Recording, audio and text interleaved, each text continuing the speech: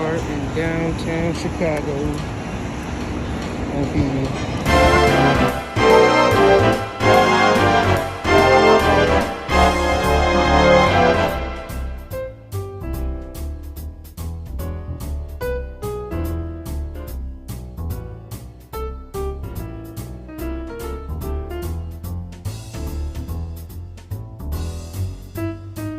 These buildings are humongous.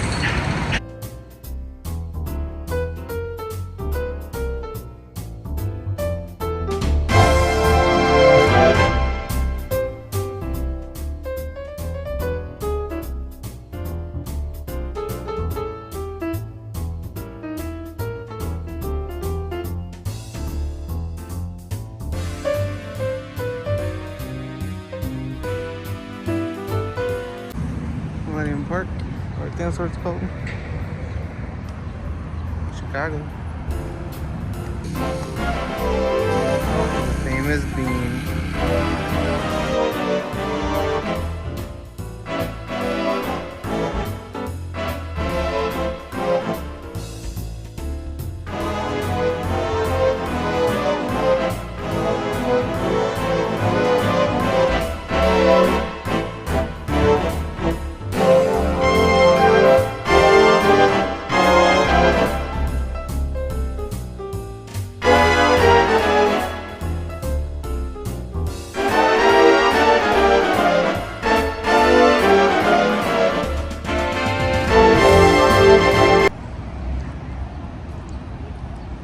Fairy stones.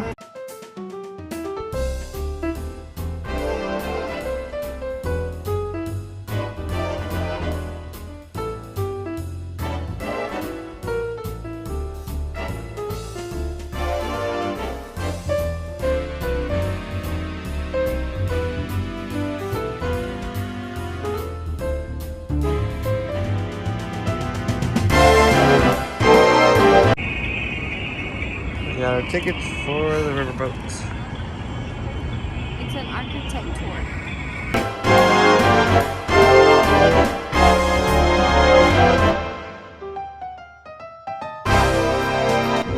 This building, directly up in front of us to the right, is the iconic Wrigley building of the early 1920s. It's a prime example of the Spanish revivalist style of architecture. As it was 60 years of difference, everybody, two completely different eras of architecture. This one is the mullet of architecture, business in the front, party in the back. But again, I feel it really shows that spirit of Chicago architects. We're working together to tell the story of the city. We are creating a chain link between all of these infrastructures. Coming up next, over here on the right, we have an Art Deco masterpiece. Look at those vertical streamlined design, deep inset windows, polished limestone exterior, metal used to shape directly in front of us. Wolf Point is also known as the cradle of Chicago. This is where it all started, everyone. It started with some fur traders settling in this area. The village quickly became a town, and the town eventually became a city by the year 1837. We've come a very long way since then, and every single addition to our skyline has championed the sun and build upon the legacy of our city.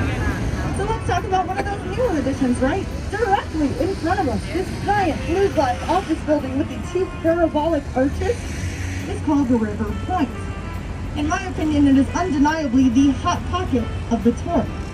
Some people prefer McDonald's apple pie box, you can take your pick, 1898. And when it was built here in the 1890s, it had none of those windows, none of those balconies that we see here today, as it was a giant cold storage locker for the meat packing industry. Chicago was known to be the hog butcher of the world, the city of broad shoulders. Look at the vertical streamlined design set up like it's smaller and smaller. And it was the largest post office in the world upon its completion in 1930. Why, you might ask, was Chicago impressive? That we were actually able to host the World's Fair of 1893, the Columbian Exposition. And this was a very big deal, everybody, because it was the very first American World's Fair. And it was held here in Chicago instead of made to bright white lights onto our city skyline every single night. It does change according to the occasion now, so if you're here with us for the 4th of July, you'll see it be red, white, and blue. If you're here for Christmas, it'll be red and green. After the Cubs won that World Series after the 108-year losing streak, it was blue and red for a while in 2016 to celebrate that wonderful World Series win. And it's just one of those other city in the world. And you refer to this building, it only has one name, the Willis Tower. But since you're here in Chicago, you should know that this building actually has two names in our city, the Sears Tower and the Willis Tower. It began its life as the Sears Tower of 1974, and it was the tallest building in the world upon its completion. It actually held that title for tallest in the world all the way until 1998, about 24 years. It held the folding around the city. But if we look directly across to the left, we see Turner Riverside Plaza.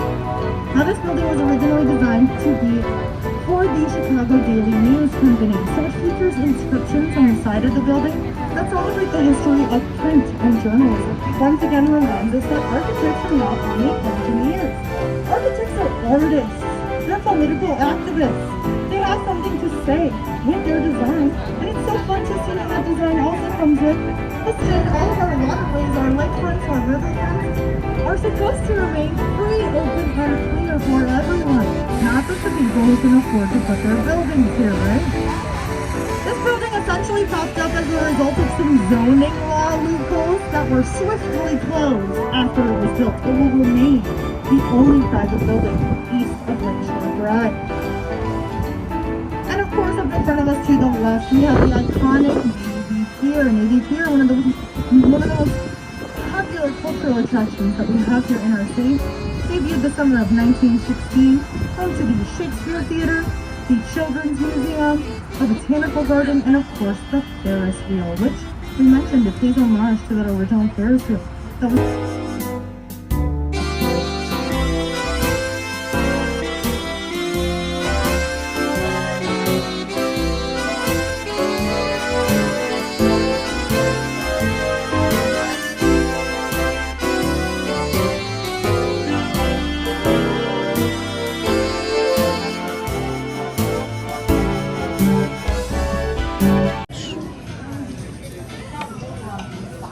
You know the wings are good when it's smoking like that.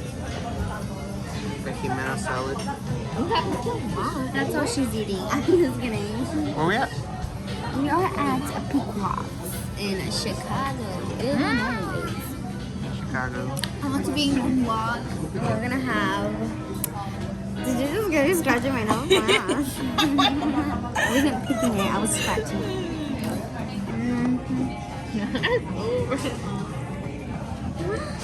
Bite it, bite it. Don't eat this. Chicago pizza.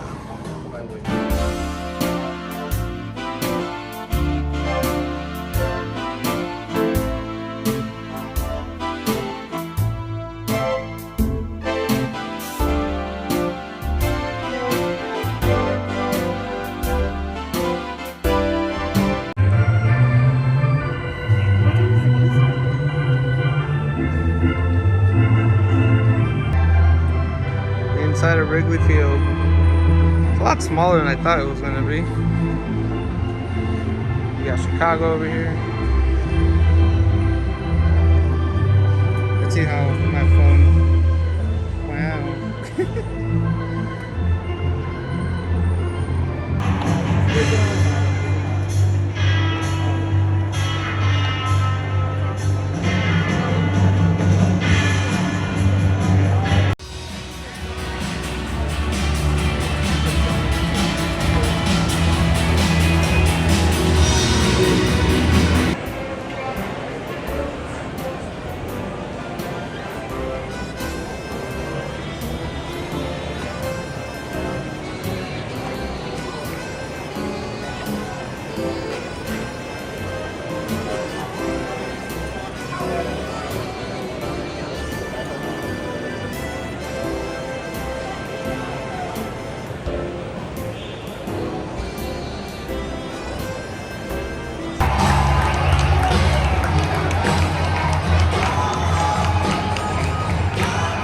just scored a 2-run single.